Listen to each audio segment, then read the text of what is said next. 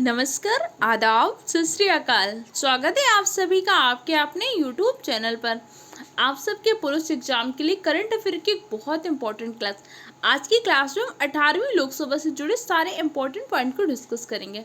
हम करंट से जुड़े तो सारे पॉइंट डिस्कस करेंगे ही करेंगे, इसके साथ इससे जुड़ा स्टैटिक जीके डिस्कस करेंगे। अगर आप एग्जामिनर का पैटर्न समझ रहे हैं तो एग्जामिनर क्या करता है, जो चीज़ें करंट में चल रही उनसे क्वेश्चन नहीं पूछता, उनके साथ साथ उनसे जुड़ा स्टैटिक क्या हो सकता है। तो भाई 18वीं लोकसभा से तो सारे इंपॉर्टेंट पॉइंट को डिस्कस करेंगे। इसके साथ साथ भाई पहली लोकसभा का गठन कब हुआ था, लोकसभा का हमारे संविधान में कहाँ पे उल्लेख है, तो पहली बार विपक्ष का नेता कौन बना था, वर्तमान विपक्ष नेता कौन है। अच्छा, विपक्ष का नेता बनने की क्या योग्यताएं होती हैं, ऐसे जितने भी इंपॉर्टेंट क्वेश्चन बन सकते हैं आज की क्लास में डिस्कस करेंगे। तो कुछ 10 से 15 मिनट में हम पूरी लोकसभा का पूरा अच्छे से रिवीजन करेंगे। आपके आने वाले एग्जाम के लिए बहुत ही हेल्पफुल रहेगा। यही टाइम है, अच्छे से यूटिलाइज कर लीजिए, मेहनत कर लीजिए। देखो पता है, चीज़ों को कम टाइम में शॉर्ट में रिवाइज करना है तो चैनल को सब्सक्राइब कर लीजिए। अभी हाल ही में आपको पता है कि 18वीं लोकसभा के लिए चुनाव हुआ था। 18वीं लोकसभा के लिए चुनाव कितने चरणों में हुआ था, तो 18वीं लोकसभा का चुनाव 7 चरणों में और 44 दिन में संपन्न हुआ था। ये आपका चुनाव प्रारंभ कब हुआ था, 19 अप्रैल से प्रारंभ हुआ था और 1 जून तक के आपका चुनाव हुआ था। इसके बाद 4 जून को क्या होता है, रिजल्ट आ जाता है, ये आपको पता है। अभी भारत में कौन सी लोकसभा का गठन हुआ, अभी हमारे यहाँ पे 18वीं लोकसभा का गठन हुआ है। इससे पहले कौन सी लोकसभा चल रही थी, 17वीं लोकसभा। 17वीं लोकसभा में प्रधानमंत्री कौन थे, प्रधानमंत्री नरेंद्र मोदी जी।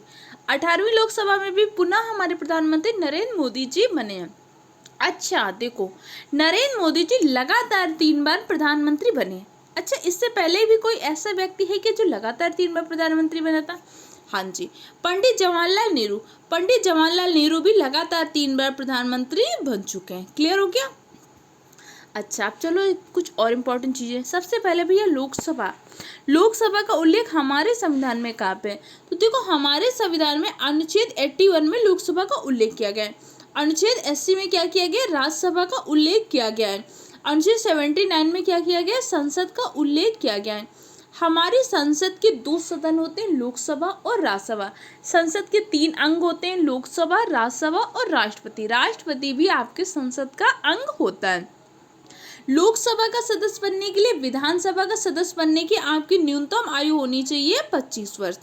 राज्यसभा का सदस्य बनने के लिए और विधान परिषद का सदस्य बनने की न्यूनतम आयु होनी चाहिए आपकी 30 वर्ष। इसके साथ साथ आपको राष्ट्रपति, उपराष्ट्रपति और राज्यपाल बनने की न्यूनतम आयु कितनी होती है, 35 वर्ष। आज की क्लास से आप देखिएगा एग्जाम में क्वेश्चन पूछे जाएंगे, तो बस आप सारे पॉइंटों को अच्छे से समझ लीजिए। नोट्स आपको टेलीग्राम चैनल पे मिल जाते हैं। इसी के साथ साथ अगर आपको स्थानीय निकाय अर्थात चुनाव, आपको पंचायत चुनाव और नगर निकाय के चुनाव में सदस्य बनना है तो न्यूनतम आयु कितनी होनी चाहिए, 21 वर्ष। तो फिर भैया मतदाता बनने की न्यूनतम आयु क्या है, मतदाता बनने की न्यूनतम आयु 18 वर्ष। अच्छा, पहले मतदाता बनने की न्यूनतम आयु कितनी थी, पहले मतदाता बनने की न्यूनतम आयु थी 21 वर्ष। बाद में हमने 61वां संविधान संशोधन किया था 1989 में। 61वें संविधान संशोधन के द्वारा मतदाता की आयु 21 वर्ष से कम करके 18 वर्ष की गई थी। जब हमने 61वां संविधान संशोधन किया था तो इस टाइम पे प्रधानमंत्री कौन थे, इस टाइम पे आपके प्रधानमंत्री थे राजीव गांधी जी। ये तो समझ में आ गया। अब भैया जो आपका 18वीं लोकसभा का चुनाव हुआ है, 18वीं लोकसभा के चुनाव में मुख्य रूप से 2 पार्टियां थी। एक पार्टी थी आपकी एनडीए गठबंधन और एक पार्टी थी आपका इंडिया गठबंधन। 2 मुख्य रूप से पार्टियां थी। इस बार सरकार किसने बनाई है, सरकार बनाई एनडीए गठबंधन ने। एनडीए गठबंधन की सबसे बड़ी पार्टी कौन सी, बीजेपी, भारतीय जनता पार्टी। जबकि इंडिया गठबंधन की सबसे बड़ी पार्टी कौन है, कांग्रेस। अच्छा, बीजेपी का गठन कब हुआ था, 1980 में भारतीय जनता पार्टी का गठन हुआ था। तो भारतीय राष्ट्रीय कांग्रेस का गठन कब हुआ था, 1885 में भारतीय राष्ट्रीय कांग्रेस का गठन हुआ था। तो लोकसभा चुनाव में क्या होता है, आपको लोकसभा चुनाव में आपको कौन भाग ले सकता है, लोकसभा चुनाव आपका प्रत्यक्ष रूप से होता है। लोकसभा चुनाव में हमने अपने वोट दिया था कि नहीं किया था, तो लोकसभा के सदस्यों का चुनाव कैसा होता है, प्रत्यक्ष रूप से होता है। अच्छा, लोकसभा का चुनाव कराता कौन है, लोकसभा का, विधानसभा का, राज्यसभा का, राष्ट्रपति का, ये सारे चुनाव आपका कराता है निर्वाचन आयोग। तो भैया निर्वाचन आयोग का हमारे संविधान में कहाँ पे उल्लेख है, अनुच्छेद 324 में निर्वाचन आयोग का उल्लेख किया गया। निर्वाचन आयोग की स्थापना कब हुई थी? 25 जनवरी 1950 को निर्वाचन आयोग की स्थापना हुई थी। इसीलिए हम 25 जनवरी को राष्ट्रीय निर्वाचन दिवस के रूप में मनाते हैं। अच्छा, अभी हमारे मुख्य निर्वाचन आयुक्त कौन है? मुख्य निर्वाचन आयुक्त है राजीव कुमार जी। अब क्वेश्चन कैसे पूछ सकते हैं कि भारत के पहले निर्वाचन आयुक्त कौन थे? भारत के पहले निर्वाचन आयुक्त थे आपके सुकुमार सेन। सुकुमार सेन भारत के पहले मुख्य निर्वाचन आयुक्त थे। तो भारत की पहली मुख्य निर्वाचन आयुक्त महिला कौन थी? पहली महिला थी रमा देवी। और भारत के वर्तमान के मुख्य निर्वाचन आयुक्त कौन है? राजीव कुमार जी। निर्वाचन आयोग को संविधान में कहाँ पे उल्लेख किया गया? अनुच्छेद 324 में निर्वाचन आयोग का उल्लेख किया गया है। क्लियर हो गया? अब बता दो कि भाई निर्वाचन कितनी सीटों पर हुआ है? तो देखो 543 सीटों पर क्या हुआ था? मतदान हुआ। 547 सीटों पर निर्वाचन हुआ, जिसमें से 542 सीटों पर मतदान हुआ। एक सीट पर क्या हुआ है? सूरत सीट। सूरत सीट से आपके मुकेश दलाल जी निर्विरोध रूप से चुनाव जीत गए हैं। अच्छा, सूरत से निर्विरोध चुनाव कौन जीता है? मुकेश दलाल। तो आप क्वेश्चन पूछ सकते हैं भैया सूरत कौन सी नदी के तट पर स्थित है? सूरत आपका ताप्ती नदी के तट पर स्थित है। इसी के साथ साथ सूरत में विश्व का सबसे बड़ा डायमंड बोर्स हीरे का कारखाना कहाँ पर स्थित है? आपके सूरत में। ध्यान रहेगा कि नहीं रहेगा? आप क्वेश्चन पूछ सकते हैं कि अभी आपने बताया कि निर्वाचन आयोग लोकसभा की, राज्यसभा की, विधानसभा की, ये सारे चुनाव तो निर्वाचन आयोग करा रहे। तो अब ये बताइए जो स्थानीय निकायों के चुनाव होते, पंचायत और नगर पालिका का चुनाव कौन कराएगा?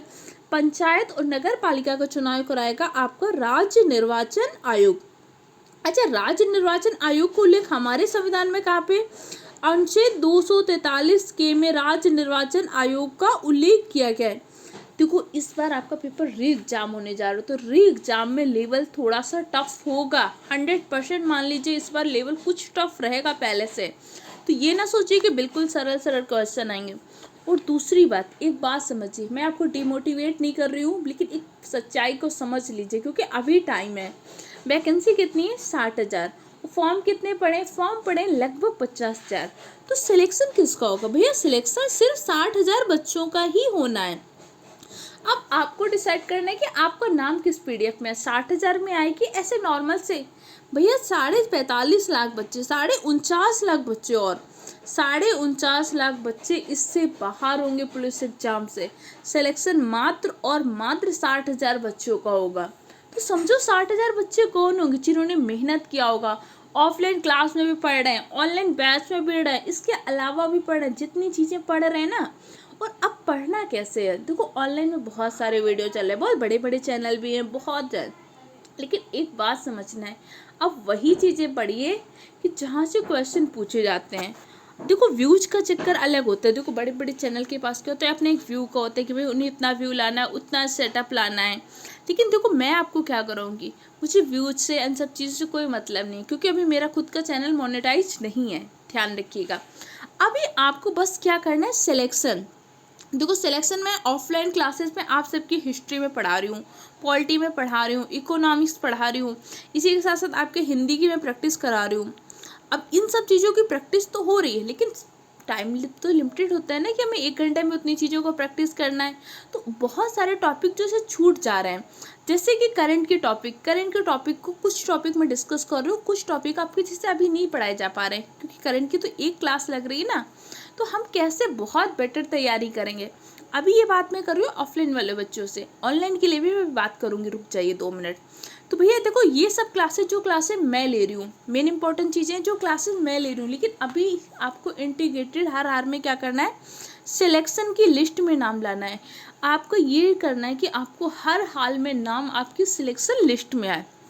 तो समझो, देखो सबसे ज़्यादा मेहनत आप कर लो हिंदी सब्जेक्ट में।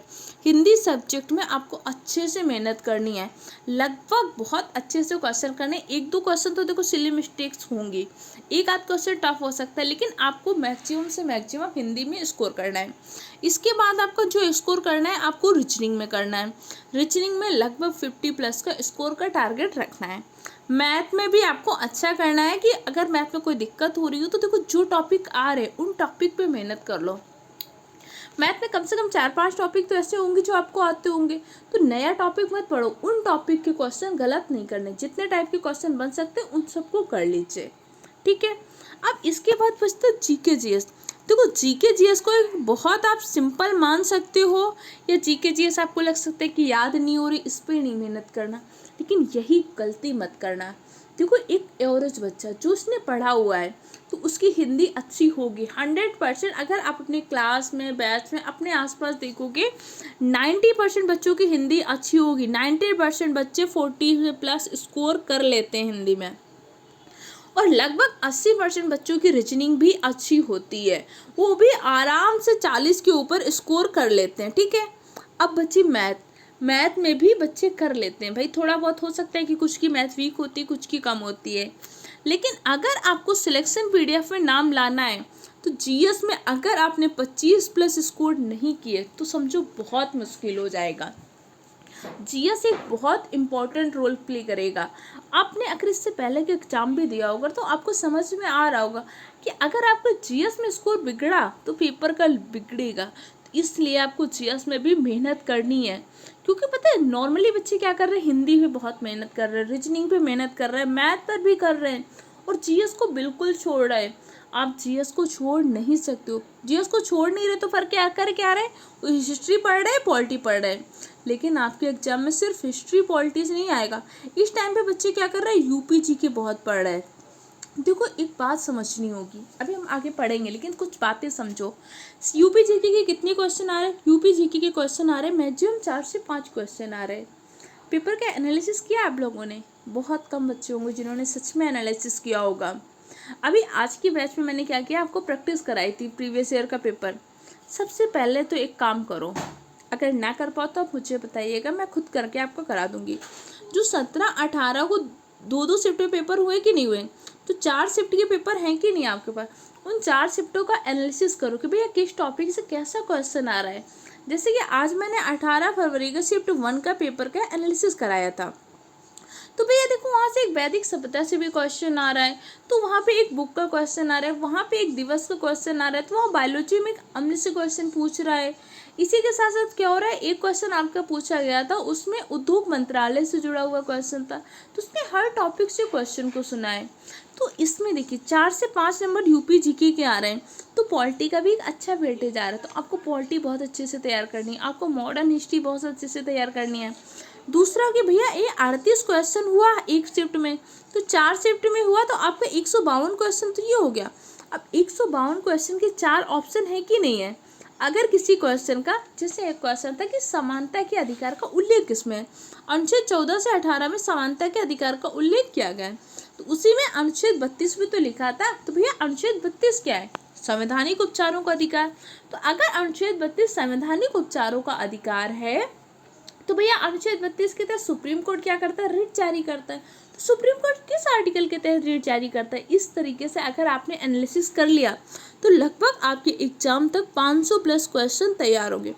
ये 500+ क्वेश्चन आपके एग्जाम के लिए बहुत हेल्पफुल रहेंगे। तो देखो मेहनत करनी होगी, ऑफलाइन क्लास में हो या ऑनलाइन क्लास में। अब आपको क्या करना है, सबसे पहले तो आपको क्या करना है कि प्रीवियस ईयर पेपर को पूरे मत सॉल्व करिए, लेकिन 17-18 के पेपर को, चारों शिफ्ट के पेपर को सॉल्व करिए।